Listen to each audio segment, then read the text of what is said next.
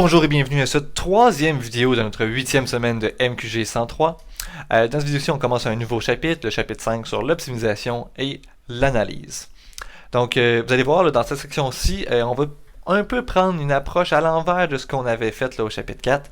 C'est-à-dire qu'au chapitre 4, on a travaillé beaucoup là, les dérivés en partant d'un graphique puis en essayant d'interpréter, de voir comment est-ce qu'on pouvait aboutir sur la dérivée, d'essayer de comprendre qu'est-ce que c'était. Cette fois-ci, on va vouloir prendre avantage des outils, donc de la puissance de la dérivée, pour pouvoir en déduire de l'information sur le graphique, mais aussi sur la fonction initiale, donc la fonction de départ. Donc, ce qu'on va faire, c'est qu'on va apprendre à utiliser cet outil-là de dérivée pour déduire des choses comme la croissance et la décroissance d'une fonction. Et éventuellement, on va voir que ça a beaucoup d'applications, notamment en optimisation. L'optimisation qui est présente là, depuis le début des temps avec les mathématiques. Là, ici, on va voir là, une manière de faire de l'optimisation qui est assez efficace. Donc, on va commencer par parler de croissance et décroissance. Donc, pour ça, on va tricher un peu. On va se donner déjà une fonction, donc un visuel pour avoir un peu une référence, puis on va essayer de déduire des choses à partir de ça. Donc, disons que je me trace ici là, une fonction comme ça ici, donc une fonction normale de xy. Donc, je vais me prendre un tracé quelconque. Donc, disons que je fais un tracé là, comme ça ici. Voilà. Et là, ici, l'objectif, ça va être d'aller voir là, où est-ce qu'il y a des choses clés là-dessus. Donc, on va se prendre quelques points, puis on va essayer de voir qu'est-ce qui se passe dans ces points-là. Donc, si je prends, disons, le point qui est ici, donc, sa dérivée, ça va me donner une pente qui est comme ça ici. Donc, qu'est-ce qu'on peut déduire de ça? En fait, on va regarder, est-ce que ça arrive à d'autres moments que la pente, elle est un peu comme ça? Ça va arriver à peu près ici. Donc ici, là, la pente va être en rouge, là, comme ça ici. Et qu'est-ce qu'on remarque de ça? Donc, ça va être mon premier cas. Donc, la fonction ici, qu'est-ce qu'elle est? La fonction ici, elle est croissante. Donc, ça veut dire qu'elle est en train d'augmenter. Donc, ma fonction augmente et la dérivée, qu'est-ce qu'elle est? La dérivée, elle est aussi positive. Donc, la dérivée, elle est positive.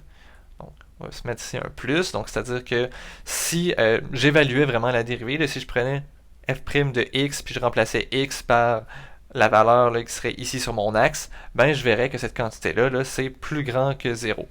Puis ça, on le sait graphiquement, à cause que la pente qu'on obtient dans ces deux cas-là, c'est une pente qui est positive.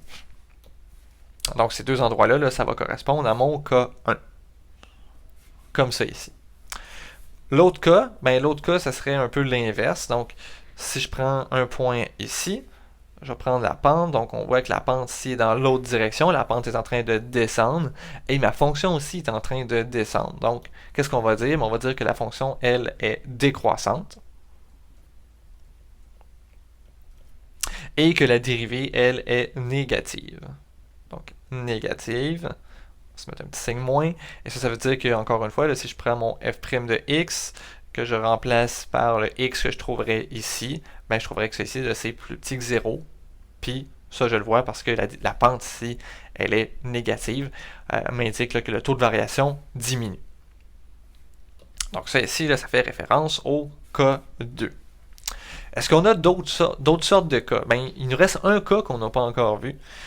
Donc, si je prends la dérivée ici, vraiment au bon endroit, là, ça va me donner une pente là, qui va être exactement horizontale. Donc, une pente ici qui serait finalement de 0. Ça veut dire qu'il n'y a pas de variation. J'aurais aussi ce cas-là ici. Même chose.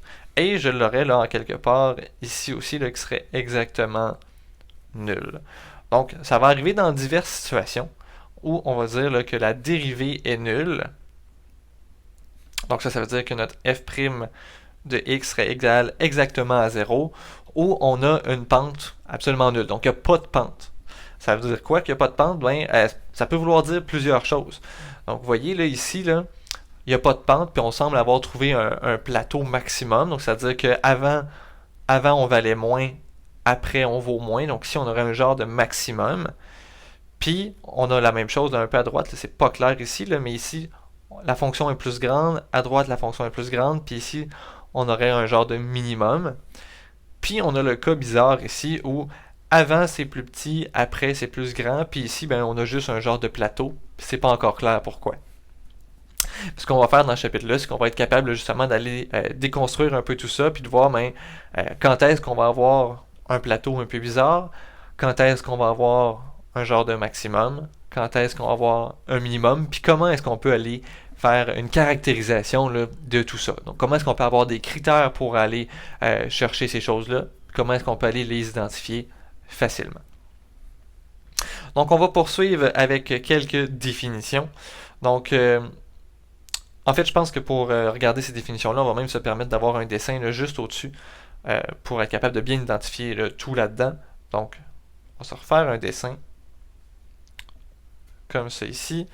Donc, on va prendre une fonction, disons, là, qui arrive ici comme ça, qui va descendre, on va remonter, et disons là, qui serait éventuellement constante comme ça ici. Donc ici, là, on va vraiment prendre pour acquis que ici, ce serait comme constant à ce niveau-là. Ici, ça serait à peu près constant à ce niveau-là. Comme si là, il y avait des asymptotes dans tout ça. Donc on va regarder les définitions. On nous dit un minimum relatif. Donc un minimum relatif, qu'est-ce que c'est? Ben, c'est le point d'une fonction tel que tous les points autour ont une valeur en x qui est supérieure à ce point-là. Donc finalement, là, c'est qu'est-ce qu'on avait tantôt là? Qu'est-ce qui semble être un minimum? Mais c'est un minimum qui serait local. Donc, c'est pas nécessairement le vrai minimum de la fonction, mais c'est un minimum qui, quand on prend une petite fenêtre autour du point, ça semble être un minimum. Donc, est-ce qu'on en a des points comme ça, là, qui seraient des minimums relatifs? Ben, le point ici, le point là, semblerait être des minimums relatifs. Donc, si on regarde juste autour, si on se prend une petite fenêtre, ben, ça semble être le minimum. Ici aussi, ça semble être le minimum. Et ici aussi, ça semble être le minimum. Par contre, vous voyez là, que si on élargit notre fenêtre, là, si je prends une fenêtre comme ça ici, ben, ce point-là n'a pas l'air d'être vraiment le vrai minimum de la fonction. Donc c'est pour ça qu'on dit que c'est un minimum relatif. Donc localement, quand on est très très proche du point, ça semble être un minimum. Dans le même ordre d'idée, on peut avoir ce qu'on appelle des maximums relatifs.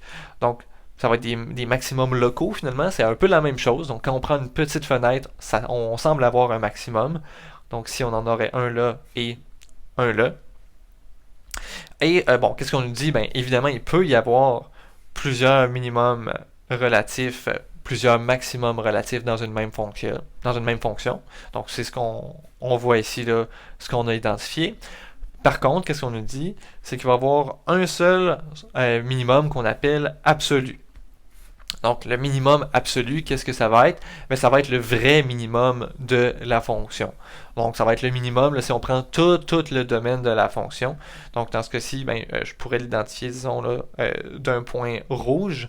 Donc, si je regarde le minimum sur toute la fonction que j'ai dessinée, ben, le minimum, là, il serait mon point ici. Là. Ce serait vraiment le point avec la valeur en y la plus faible. Donc, on peut évidemment faire la même définition pour un maximum. Dans ce cas-ci, on va parler d'un maximum absolu.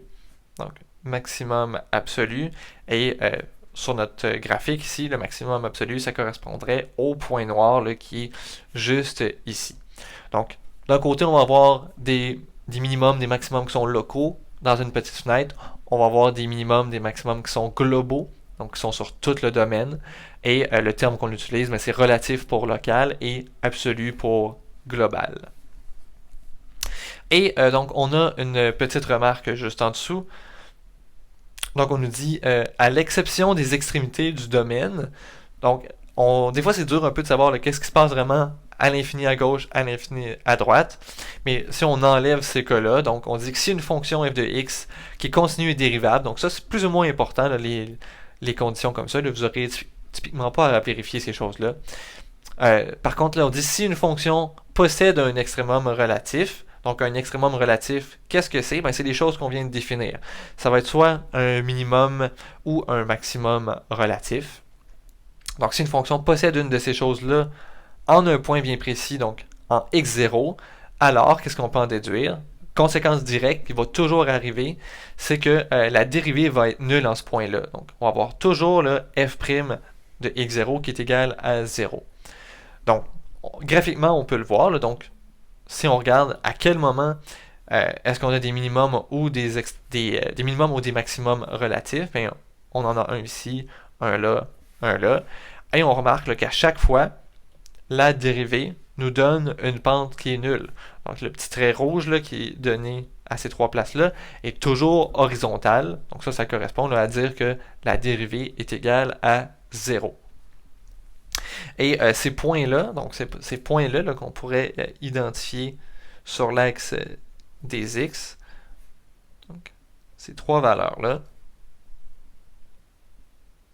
on leur donne un nom particulier. Donc ces x-là, que je vais identifier en rouge, donc ces x-là, on les appelle les valeurs critiques de la fonction.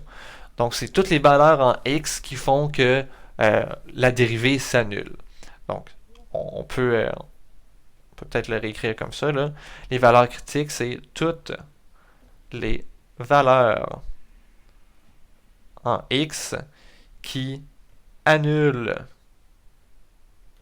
la dérivée de f. Donc, autrement dit, là, c'est toutes les valeurs de x telles que l'équation ici là, est respectée.